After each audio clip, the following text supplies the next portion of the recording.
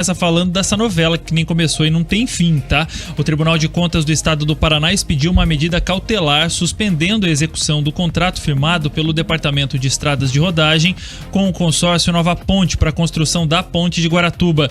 O motivo foi a exigência prevista no edital de que os licitantes comprovassem ter executado em uma única obra de ponte 5 quesitos de engenharia.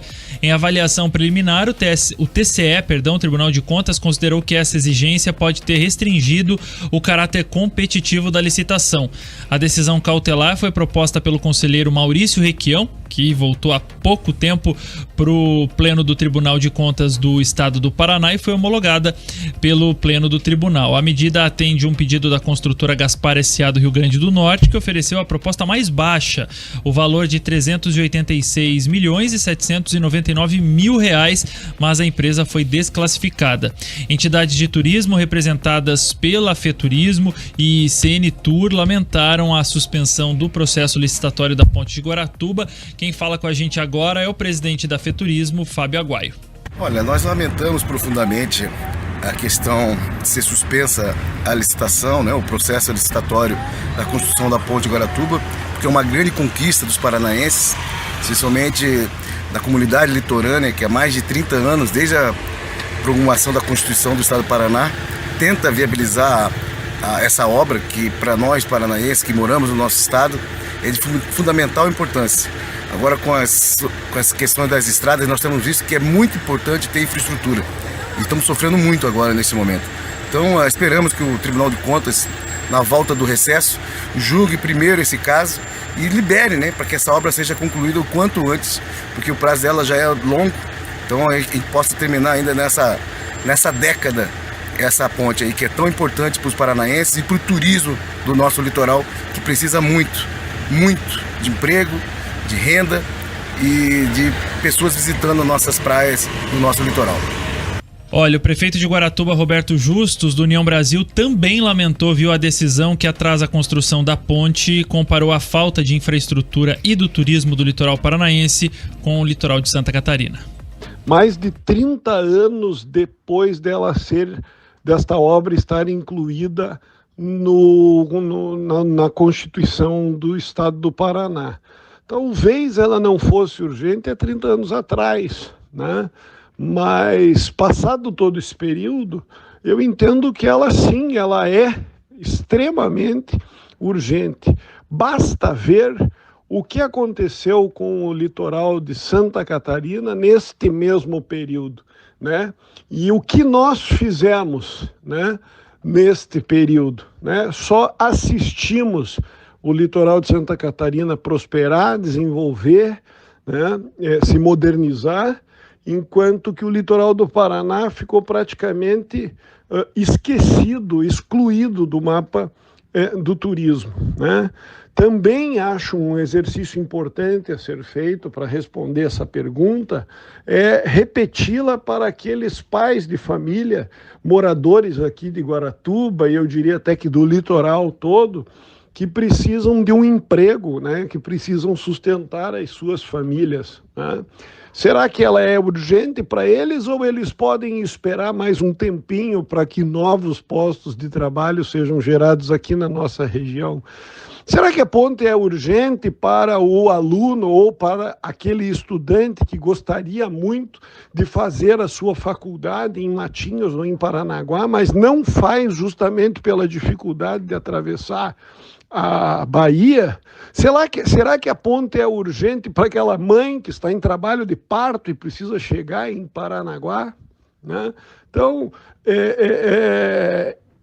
está mais do que na hora dela ser construída, está mais do que na hora dessas pessoas entenderem a importância dessa obra e pararem de criar obstáculos e pararem de ficar postergando isso que é extremamente necessário para que a nossa região se desenvolva. O litoral do Paraná tem índice de desenvolvimento humano baixo, tem índice de desemprego ou índice de emprego baixo também, precisamos gerar mais emprego, tem índice de educação baixo, E tudo isso pode ser melhorado com uma simples obra, que é a construção da ponte sobre a Baía de Guaratuba, Por isso, eu tenho certeza que todos vão concordar comigo, que ela é sim uma obra extremamente urgente. Pra lá de urgente, né, que já demorou 30 anos. A decisão liminar barra por 15 dias o andamento do processo, que está na fase de liberação das licenças ambientais. Além disso, o DR precisa se justificar sobre os apontamentos e esclarecer se houve prejuízo para a competitividade ou não. Questionado pelo RIC Notícias opinião sobre a liminar, o Departamento de Estradas de Rodagem do Paraná respondeu que respeita a decisão do TCE e que vai sanar as dúvidas enviadas pelos conselheiros. Você que está na nossa live consegue acompanhar, inclusive, o projeto em 3D, o vídeo feito da ponte, de como ela ficaria sobre a Baía de Guaratuba, aqui no litoral. Abre aspas sobre o que disse o DR, viu? O DR informa que acata a decisão do Tribunal de Contas e que irá prestar os esclarecimentos solicitados dentro do prazo previsto, visando a retomada das atividades da obra com maior brevidade possível. Informa ainda que os argumentos apresentados já foram negados pela comissão de julgamento do DR durante a fase de impugnação e durante a fase de recursos, e que a mesma já teve um mandado de segurança extinto pela primeira vara da Fazenda Pública do Tribunal de Justiça do Paraná quanto ao resultado da licitação. Esclarece também que logo após sua publicação, o edital foi analisado pelo próprio TCE, tendo sido aprovado integralmente pelo órgão de controle com todos os seus questionamentos devidamente esclarecidos. O DR informa também que foram seguidas estritamente as exigências previstas em edital em conformidade com a Lei Federal de Licitações e Contratos Administrativos. Basicamente é isso que o Departamento de Estradas de Rodagem disse nessa nota, extensa nota que mandou para nossa produção aqui para justificar essa questão, essa paralisação das obras da Ponte de Guaratuba. Pelo jeito, Pedroso, a demora vai demorar ainda mais. Eu sei que é redundante falar isso, mas parece que sempre bate na trave a Ponte de Guaratuba. Nessa questão aqui, quem tá errado? TCE, a empreiteira ou o DR? Olha, nesse caso, eu acredito que podem estar errados os três, Escola, tá? Eu acho que a gente precisa esclarecer para o nosso ouvinte algumas coisas. Qual é o propósito de um processo licitatório? É garantir que o interesse público seja cumprido. É garantir que o interesse difuso da sociedade paranaense seja atendido. E nesse caso, quando a gente fala de uma obra desse porte, não é simplesmente o menor preço. A gente não está discutindo aqui comprar café. A gente não está discutindo aqui fazer uma licitação para te entregar papel sulfite. Então, quando você fala de uma grande obra de engenharia, é importante que você encontre sim o melhor preço, mas é importante também que você estabeleça alguns critérios. Quem é de Curitiba agora e nos escuta deve acompanhar a novela da Linha Verde, que é uma novela quase tão extensa quanto a da Ponte de Guaratuba. O que aconteceu ali? Você teve alguns defeitos no momento em que foi realizada a licitação e as empresas elas não tinham a capacidade técnica, tanto é que no decorrer do processo, Escola, elas foram desistindo. E a partir do momento que uma empresa de engenharia coloca ali a mão, coloca as equipes e começa a tocar obra, para qualquer outra empresa depois disso, é muito complexo assumir uma obra a partir dali, porque eles não conseguem ter a certeza, ter a clareza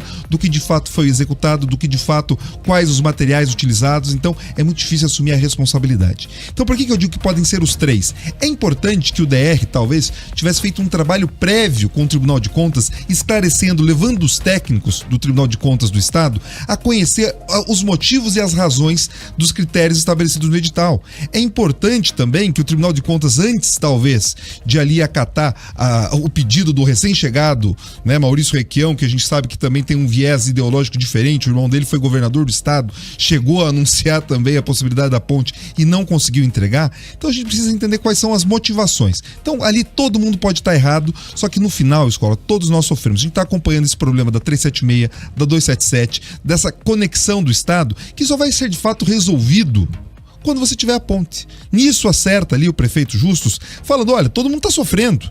Então, todos os órgãos de controle, Tribunal de Contas, Ministério Público do Estado, DR, Governo do Estado, os parlamentares envolvidos, todo mundo precisa entender que agora, independente da ideologia, independente do seu lado político, a sociedade paranaense precisa efetivamente da ponte. Porque, vamos lá, suponha aqui comigo que você estabeleça que uma empresa que não cumpra todos os requisitos ou não tenha a experiência apropriada para executar esse tipo de ponte em ambiente marítimo.